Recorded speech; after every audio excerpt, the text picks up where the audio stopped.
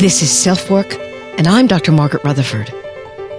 At SelfWork, we'll discuss psychological and emotional issues common in today's world and what to do about them. I'm Dr. Margaret, and SelfWork is a podcast dedicated to you taking just a few minutes today for your own self-work. Hello and welcome back to SelfWork. I'm Dr. Margaret Rutherford. I'm a clinical psychologist, and we've been doing self-work now for 6.5 years. I wanted to extend the walls of my practice to those of you who are already interested in psychological or emotional issues. Maybe you're in therapy, but also to those of you who might be looking for answers.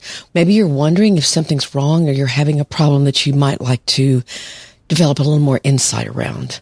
But also to a third group of you, to those of you who think mental health treatment or therapy is kind of wackadoodle. I'm here to talk to you about that and see what you think after you listen to SelfWork.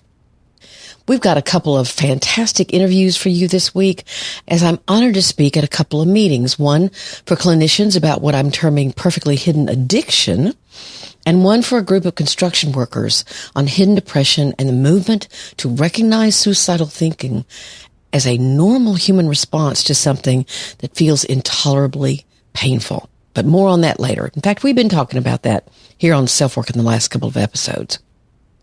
I love it when an author reaches out to me themselves, and that's what Brooke Siem did. I didn't have to talk with a bunch of publicity or marketing people. She knows exactly what her message is and who needs to hear it. Plus, I was mesmerized by her writing, her actual writing.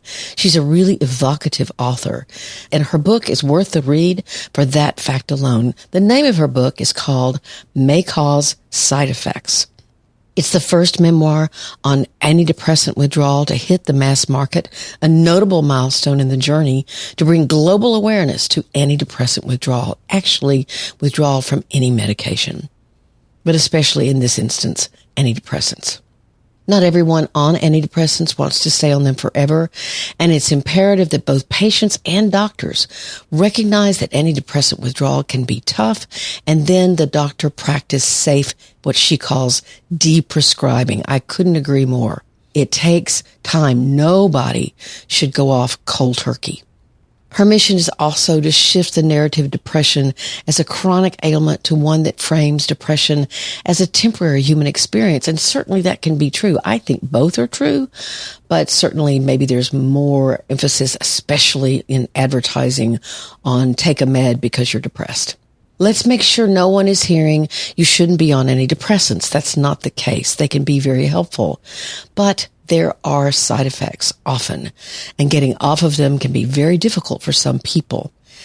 It's hard to tell in Brooke's memoir how much her own chaotic upbringing led to many of her experiences when she was withdrawing and what was actual withdrawal. So I do think you have to take that with a grain of salt. But I've had many clients tell me that getting off some med or another has taken them quite a long time. Here's a fun fact. She was also a Food Network Chopped champion, and we talk about that, and actually competed on the show while in antidepressant withdrawal. She can be found all over the internet at Brooke Siem. That's BROOKESIEM, and I think you'll thoroughly enjoy her interview. First, let's hear from one of our wonderful sponsors who, when you buy their products, that helps me defray the costs of self-work. Plus, I use the products and think they're great. This sponsor is Athletic Greens, and I take them every morning.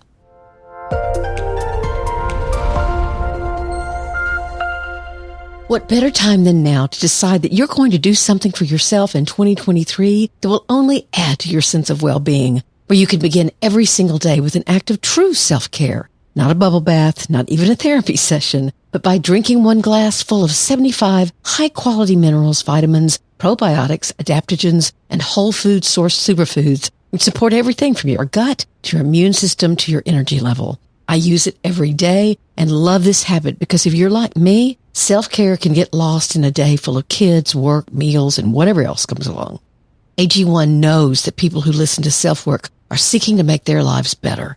So Athletic Greens is going to give you a free 1-year supply of immune-supporting vitamin D and 5 travel packs with your first purchase. Become your own green machine in the first hour you're up and around. All you have to do is visit athleticgreens.com/selfwork. Again, That's athleticgreens.com/selfwork to take ownership of your health in 2023 and pick up the ultimate daily nutritional insurance.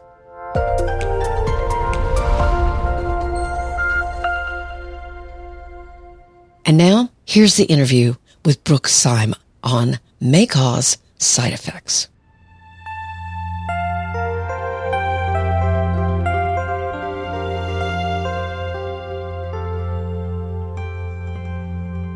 Brooke, I just told you that, welcome to SelfWork, by the way. I just told you that I spent the whole ride from Northwest Arkansas to LA to visit our son and LA back home and reading your book. And I was really mesmerized by it. I think it's one of the most different books I've ever read. I don't think I can compare it to anything that I've read recently, at least. Oh, well, thank you for that. I really spent a long time crafting it. So it was as much about the craft of the book for me as it was about the message. Well, it shows. I mean, I have things dog-eared in here that I want to talk to you about because some of the explanations are so beautiful. But tell SelfWork listeners a little bit about who you are, and the name of the book is May Cause Side Effects. And tell us what made you write the book. Who are you? Sure.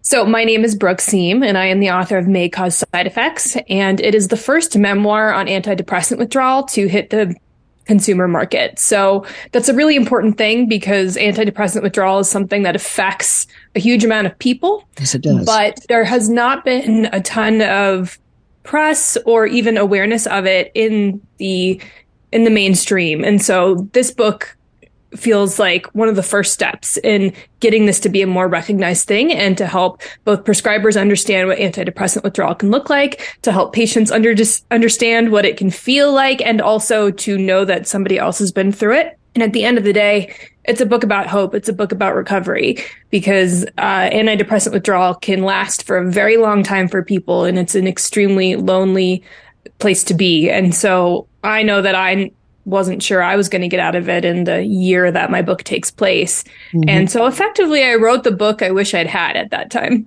Well, it is really a vital reference for people. I remember the first person who told me that it took 7 years for them to get off of Klonopin, for example. And another young man comes to mind that, gosh, this was so early in my practice, and the doctor had put him on Effexor, which I now, well, somebody might get mad at me in the pharmaceutical world, but Effexor has, for many people, has bad side effects and very difficult to get off of for most people. And I remember he said, I had these brain zaps and I had to go look it up. And I sure enough, there they were. And so, but I didn't know about them. Yeah. And so you're right. I think that the vast majority of people don't understand that these things can really, and you point out at the end of the book, don't go cold turkey for sure. In fact, there's a way to do it that's at least the safest. But now you are also a writer, correct? Yes. And that shows. So another thread or a major thread through your book was your relationship with your dad and your mom. Yeah. And I am always interested in family and how they affected who you are, and you write some beautiful things about it. But tell us a little bit about your growing up. Sure. I grew up in Reno, Nevada, pretty typical suburban middle class background. I was the only child of a couple of bill collectors and ethical bill collectors. I mean, my mom is a light. If you read the book, she's just she's kind of like a fairy come down to earth. She's just this very ascended soul, and she just loves everyone, and she sees the good in everything. And it's hard to see her as a bill collector. I know, but she created this unbelievable company where it was like everybody was being helped. It wasn't about, it wasn't the traditional, we're gonna screw you and take your wages. It was more like, how do we help you out of this? So she really took the light. And so they worked together, and, it was fairly standard growing up. And then my father suddenly passed away when I was 15. So he had pancreatic cancer, but we didn't know he had it. And so he went in for an ulcer surgery and never came out. And yeah. Well, you said that though it was fairly usual growing up, but your dad had a temper and he had some strange Home Strange. Yeah. So, can you describe him to us? Sure. Sounded almost haunted in some ways. Yeah, it's kind of one of those things where when you lose a parent as a teenager, I never knew him as an adult. So there's so many questions that I have. And, my mom knows some of them, but, the whole side of the family's gone now too. So he's still a little bit of an enigma to me, but he was very much a barrel of a man, kind of a bull in a china shop type person. He had this huge heart. And if you accepted him for who he could make you laugh until you cry. And he was a teddy bear. And I always felt so loved by him. Mm-hmm. And at the same time, he had this unbelievable temper and almost rage for being alive. It's like he didn't want to be here. And so that always came out. It was never directed at me personally. So I kind of grew up with it thinking it was normal because I was never, hit or hurt in any way, but I would see the garbage cans getting hit and hurt and, the washing machine. And so it was very cacophonous growing up. Mm-hmm. And, I think that I very much internalized a lot of that. And, it's hard to separate, what the nurture versus nature here. But in either case, I think I was probably born with a lot of that anger as well. And also saw it as a normal expression of the deep emotion. But then I was not really allowed to feel that, when he died so suddenly, and then I was so suddenly put on a cocktail of antidepressants, it's like all of that emotion was just squashed and numbed away. And that was one of the biggest challenges of withdrawal for me, was this huge amount of rage that came up and just the terror of that, because I had never really felt that before. Right. And you asked the question a lot because you were having these very emotional and actually sometimes psychotic experiences of coming off the drugs. And you would say, wait a minute, is this me? Is this withdrawal? I mean, that question keeps coming up.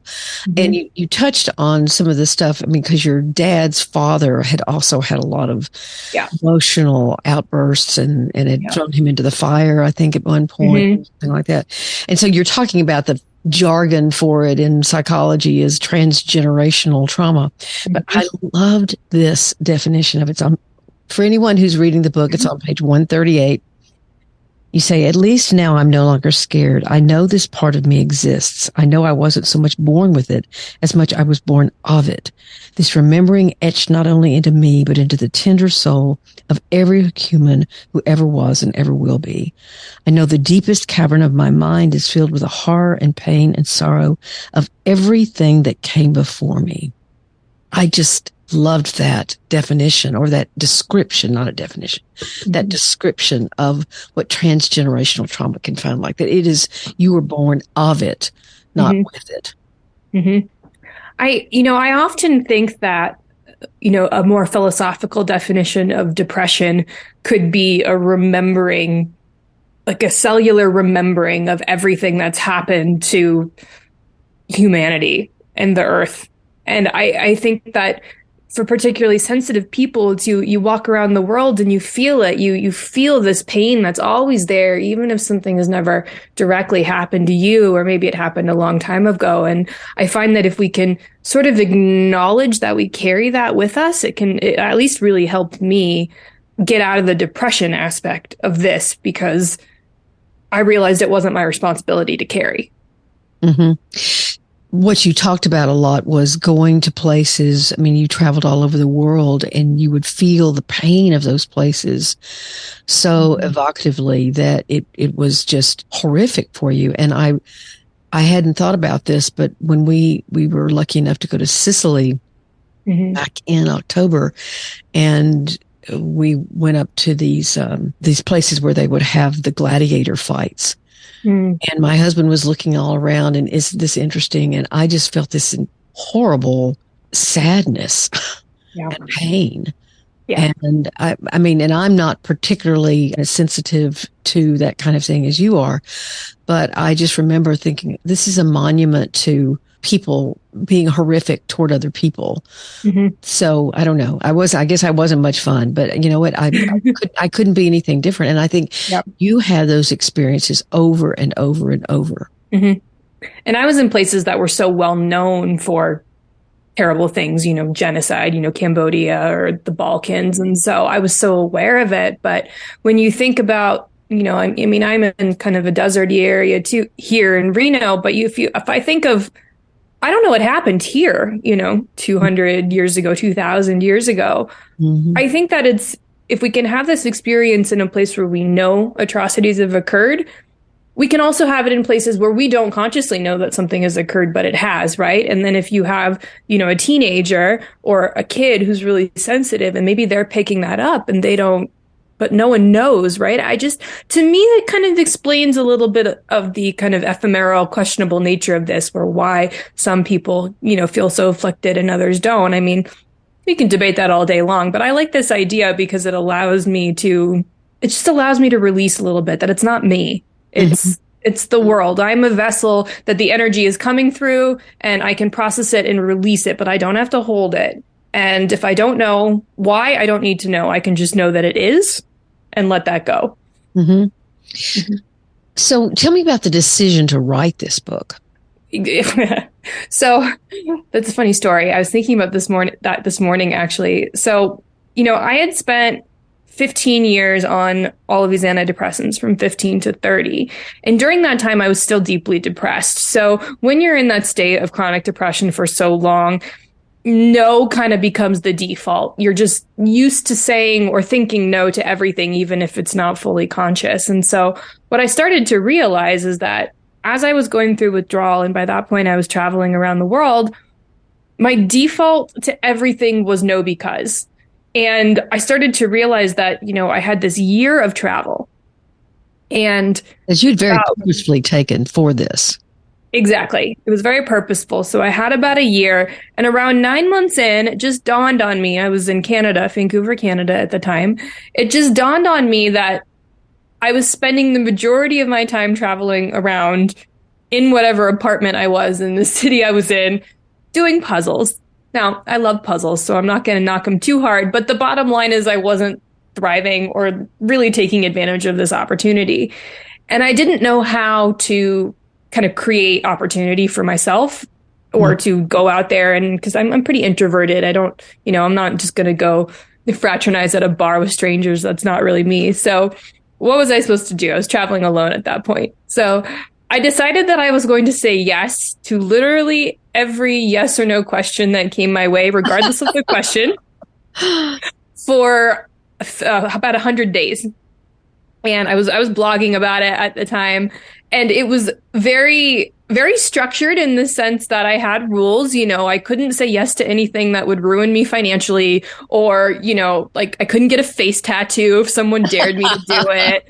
I wouldn't do anything illegal. There were kind of your general rules, but then everything else I had to say yes to, as simple from, do you want cream and sugar in your coffee, which I typically don't take sugar in my coffee, to someone asks for change on the street, to, do you want to go to Chile? I said, I'm going to say yes. And I wrote about it. And so, this experience ultimately profoundly changed my life. I didn't realize it at the time. Most of the decisions were fairly benign, very small things, but there were two that really mattered. The first is, I said yes to a date I didn't want to go on, which circuitously put me in a 5-year-long relationship that followed.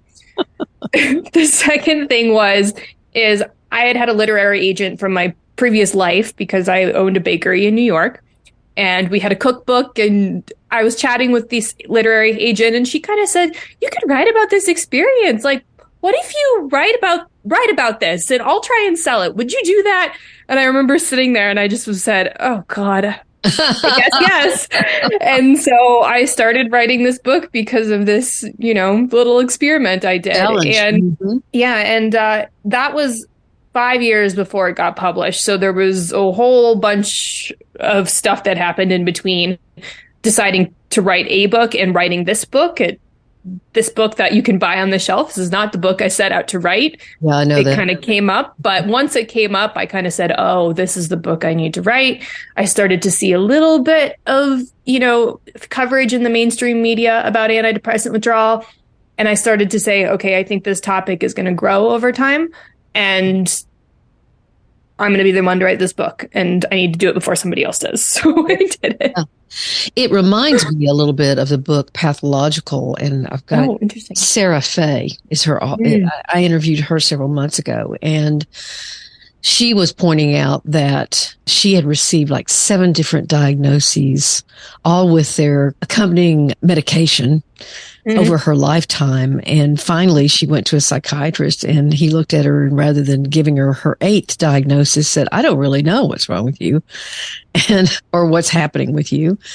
And she wrote this book about how so much of it was wrong, and so much of the medication was just thrown at her, and she was left on it with, so there's if you don't know the book, it would be an interesting book for you to look at, because she is trying to sort of a similar hue and cry about we need to look more carefully at this mental health system. And, I went to a program, I was in graduate school 30 years ago now, but I was very surprised, and she was surprised to hear how they did talk about the subjectivity of diagnoses and the subjectivity of, even though we weren't psychiatrists, of medication usage and that kind of thing. So, in fact, they had us read I'm Dancing as Fast as I Can, which was a book about benzodiazepine withdrawal. That was very popular, made into a movie and all this kind of thing. So I think it was an unusual program because of that. Yeah.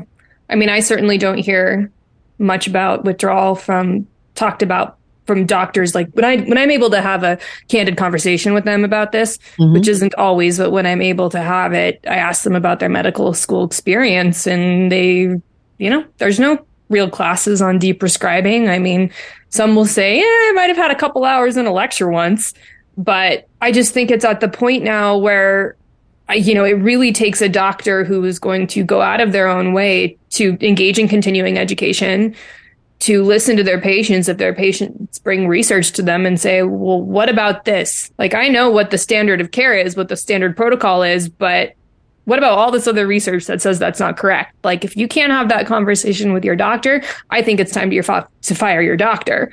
Right. So was there an event that you said, I've got to get off these? Was there something that triggered that desire to, I know the answer because I read the book, but I think it's interesting. Yeah. It was a very, it was an unremarkable moment in a way. And in other ways, it was very remarkable. I had been had been 15 years of these antidepressants, and I was getting worse. I mean, I was more and more depressed as the years went by. Suicidal thoughts were daily and common, to the point where I didn't even think it was anything to be concerned about. I mean, it was part of my personality, as my brown hair at that point. Right. And I had taken to, I lived on the 30th floor. I had taken to pushing the screen out of my window and just staring at the sidewalk and really thinking about my options. And it didn't scare me at all. And I was so numbed out at that point. I just stood so flat that I just remember looking down, and I was looking at the traffic patterns in the sidewalk and, not going to mince words, thinking about jumping. And then all of a sudden it occurred to me, and I said, I shouldn't be this depressed on this many antidepressants. Right. And I just kind of said, I wonder if they're not working, or maybe there's a contributing factor. Who am I if I'm not on antidepressants? Yeah. And that question was just all of a sudden sort of a new thought to you. Because I was put on these drugs before puberty. Sure. So I had not really spent a single unmedicated moment in my entire adult life. I realized I had no frame of reference for who I was outside of the 14-year-old whose dad was still alive, right? And so that's kind of the moment. That was the next thought that came in pretty much. And I pulled myself back in from my window, and I just, there was a seismic shift, but nothing was different. And I just said, okay, well, I at least need to, these drugs aren't working. So I thought maybe I needed different ones, but I had the sense to say, I think I need to know what my baseline is as an adult, because I don't like the same things. I don't listen to the same music or wear the same clothes at 15 as I do now. So why am I on the same medication, and why hasn't this been changed? Like, my brain has got to be different and more mature and developed. So I figured a baseline was the way to go. What I didn't know was that I thought it would be a matter of, cutting my dosages in half for a week or two, hanging out without any drugs for a month, and then saying, okay, what's the next process? I didn't realize that what was about to happen is that I was going to end up in severe withdrawal for over a year because of these drugs. So my assumption of what was going to happen was very, very wrong. But the instinct was just to try and figure out, well, really, who the hell am I without these drugs? I don't know. So have you come down to the conclusion, because again, you asked the question a lot in the book, how much of this is withdrawal and how much of this is me finally having to feel what I'm feeling and experience what I'm experiencing and without the medication? In retrospect and looking now, withdrawal was very specific. And a lot of people ask me this, they say, well, how do I know if I'm having a relapse or if I actually, having another problem or if it's withdrawal?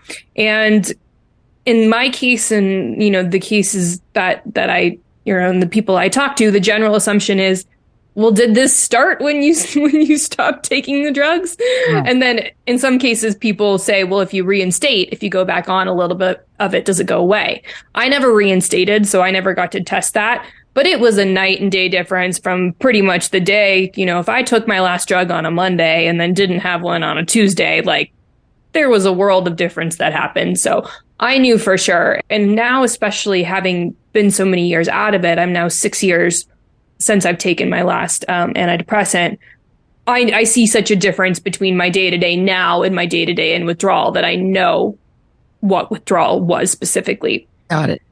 The caveat of that, though, is that I also started doing very, very deep emotional work that I had not done previously. I was going to ask you about Alan. Yeah. So what I don't know is, had I not done that work, how much I might be stuck in the, emotional volatility of post-SSRI, post-SNRI life.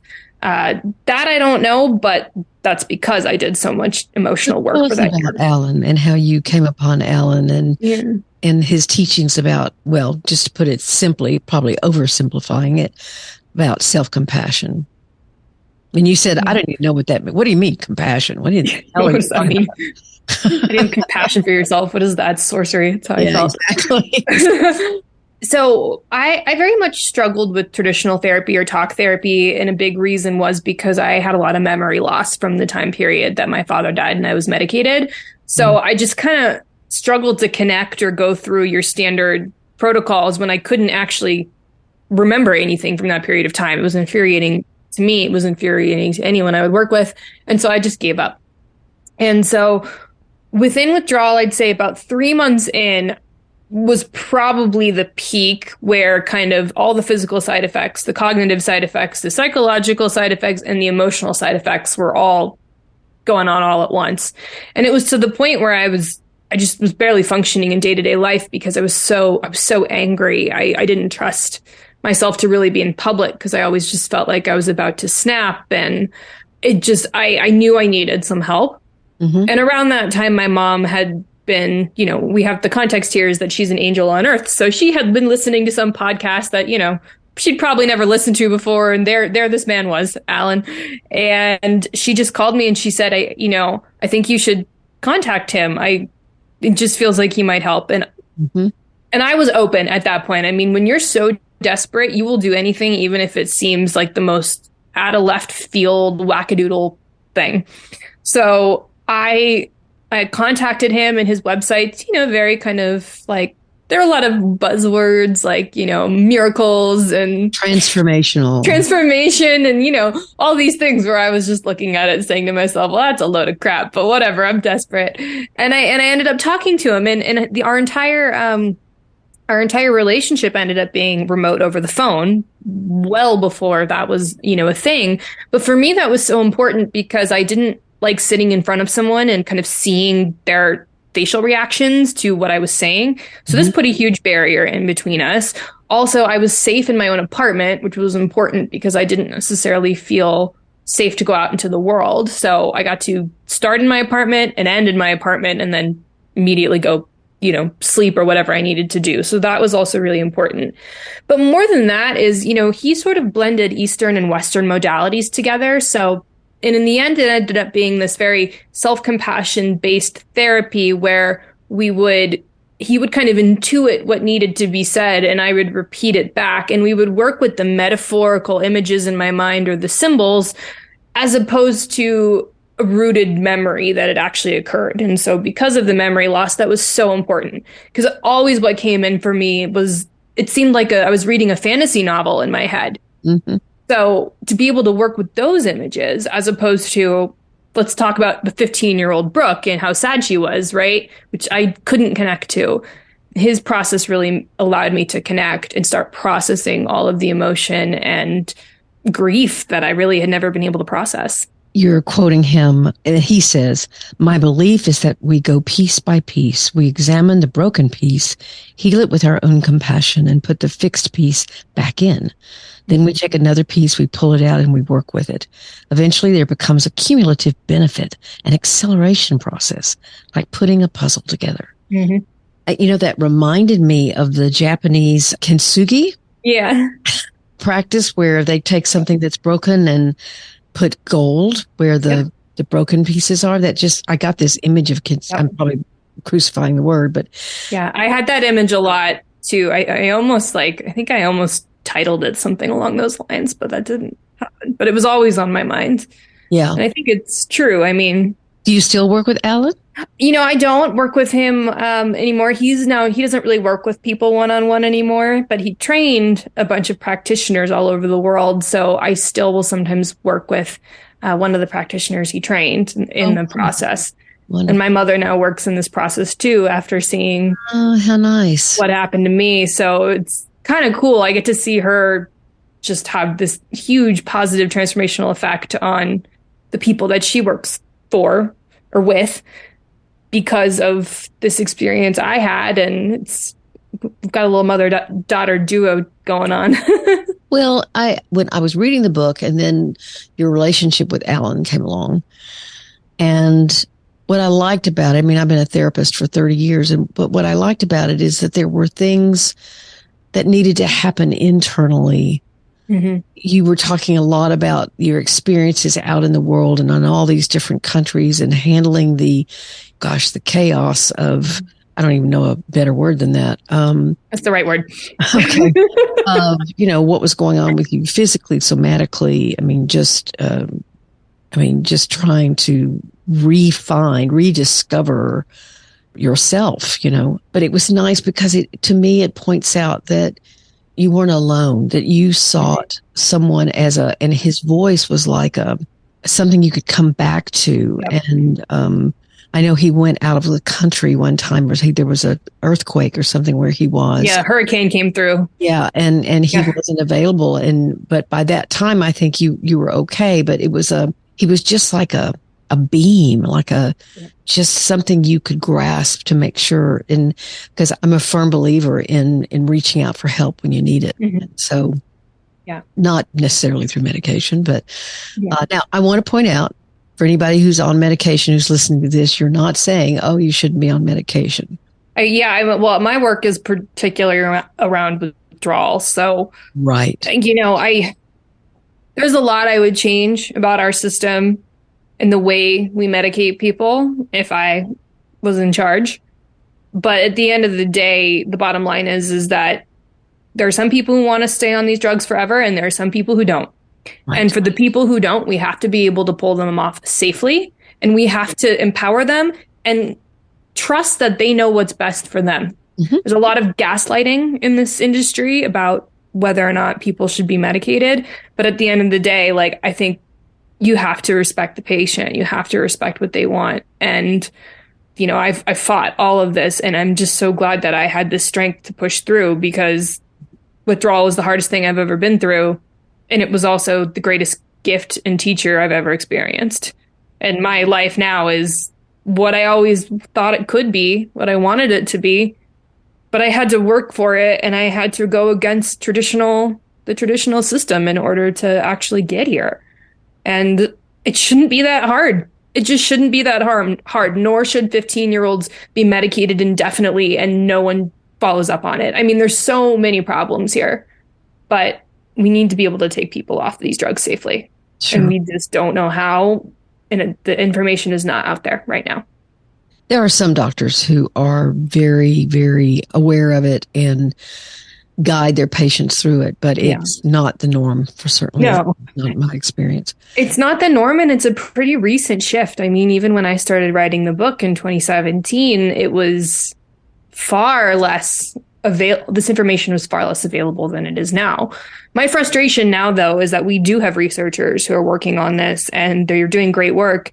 And so this shouldn't be happening. But I still hear every day some doctors tossed someone on or pulled someone off some absurd high dose of whatever drug. And these people are just suffering. And it's just makes me want to pull my hair out because the research is there. We have it. It's good research. You can go to Google Scholar or PubMed and find it, or Twitter. It's like right there. I can understand it. I'm not a researcher. Like, it's not that difficult to understand either. So why is this not spreading like wildfire? I don't understand. Well, I can wax eloquent about that myself. Right. And then like the reality is I do kind of understand because it's being squashed and blah, blah, blah. But and people are in pain, and I know it's all just tricky, but there's hope out there for people who want to get off these drugs, and there's ways to do it. Well, I think your book is a wonderful example of what can happen, but also, I mean, it's a very, I don't want to call it entertaining. It's a learning. I felt like I was learning as I read, and it was also, you write so beautifully, and just, I could picture exactly where you were and who you were with and what was happening inside of you and outside of you. And that was very unexpected, this is going to be about side effects and blah, blah, blah, blah. So it was just a lovely. Well, I'm glad it was entertaining. It's supposed to be like. Yeah. Well, it's a story. It wasn't like funny, ha entertaining, but there were some funny parts. I mean, you and the motorcycle, for example. It was. And the scuba diving and all that stuff was like. Yeah. I designed it and wrote it with the intention of having there be a lot of tension and good storytelling, right? The best causes are told through storytelling. So I wanted this to stick with people. And I think even if you're not interested in the topic, it's worth a read because it's a good book. Oh, it's about traveling around the world and what kind of experiences you can have. And I didn't know whether I was going to go to Kuala Lumpur or not. I would definitely think about it before I went. Not my favorite place. Not my favorite place, but a lot of people loved it. Thank you so very much. And we should throw in that through all this, you also won Chopped. I did, yes. Yeah, my day job is a chef. I sometimes, again, I feel like I'm in some little alternate universe because I have these really often difficult, hard conversations with people about this topic. And then I go downstairs and make cookies. It's kind of nice, but also a little weird. I still work as a chef because that's how I pay my bills. Being writers aren't exactly known for their riches. So I work as a chef, and I was the Food Network Chopped champion. It's season 32, episode 6. I was in withdrawal. Yeah, I was in withdrawal at the time. So it's actually, I think, interesting if you read the book and then go watch the episode to kind of see a little bit if you can tell what was going on or not. Mm-hmm. My mom says that she could tell what was going on, but that I'm a very good actress. So. Well, I'll have to go watch it and see what it's like. But anyway, because I love Chopped, as many people do. Thank you so much. I know you're busy, Brooke. Thank you. I thoroughly recommend the book to anybody who's either been on antidepressants, is thinking about going on antidepressants, and again, just anyone who wants to read this very rich story of you becoming stable and making peace with so much of yourself. I would also really encourage that parents of tweens and teens read this book, because I know that is such a constant thing that they're facing is whether or not medicating their child is the right choice. Right. And there's a lot of reflection in the sense that we know, my mom and I talk about this a lot. We would have made different choices had we know what we know now. Mm-hmm. So I think that this book is unique in that it kind of can show one timeline from that choice that we didn't know. But I've heard from a lot of parents that they're glad they read it of young people. So and we should also point out, it doesn't always happen. I mean, I've been on antidepressants twice, and I didn't have any problem getting off of them at all. Yep. So you can't guarantee on that kind of experience, but you can't guarantee mine either. Yeah. So There you go. And it's about 50-50, the research says. So it's a little bit of a coin flip. And I just think informed consent. Yeah. True informed consent, where people have an understanding of all of the possibilities, is what we need here. And I hope that my book helps fill that gap a little. Thank you so very much. Appreciate it. Thank you. Uh-huh.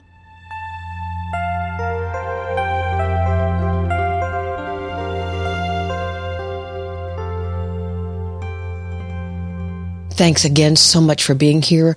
I know that you have a lot of podcasts you could be listening to, and I'm very, very honored that you're here at SelfWork.